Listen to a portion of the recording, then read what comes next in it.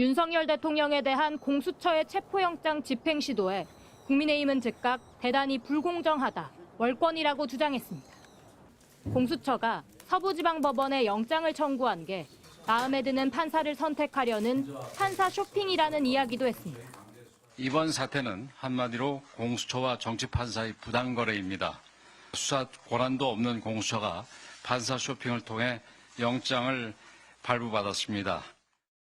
법원이 체포영장을 발부하면서 공수처의 수사 권한 문제가 사실상 해소됐다는 게 중론이고, 서부지법에 영장을 청구한 건 윤 대통령이 용산구에 살기 때문이라는 게 공수처의 설명이지만, 이걸 무시하고 음모론에 가까운 주장을 펼치고 있는 겁니다.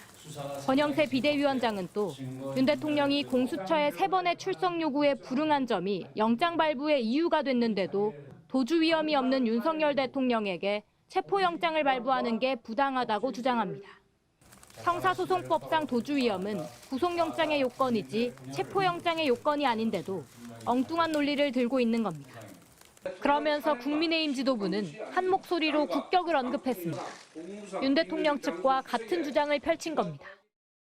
대한민국의 국격을 고려한다면 헌법과 법률에 근거하고 일반 수사 원칙에 따라서 임의 수사를 하는 것이 상식에 부합하는 대통령을 체포하겠다.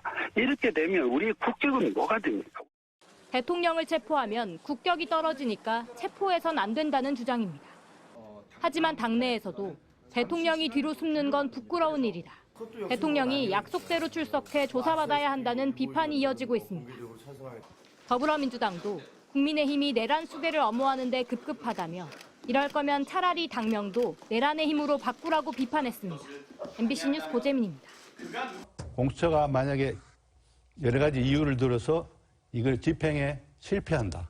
그러면 다시 국격이 이거야말로 떨어지는 거예요. 그러니까 저 나라는 대한민국은 사법 시스템이 엉망이구나.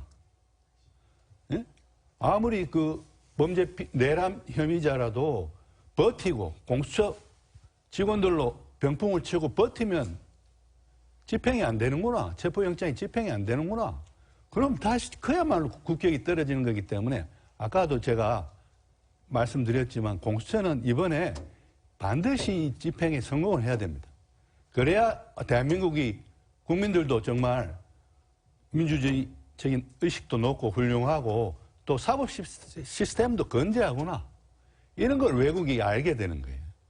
그러니까 굉장히 지금 공수처의 역할이 중요하다는 말씀을 드립니다.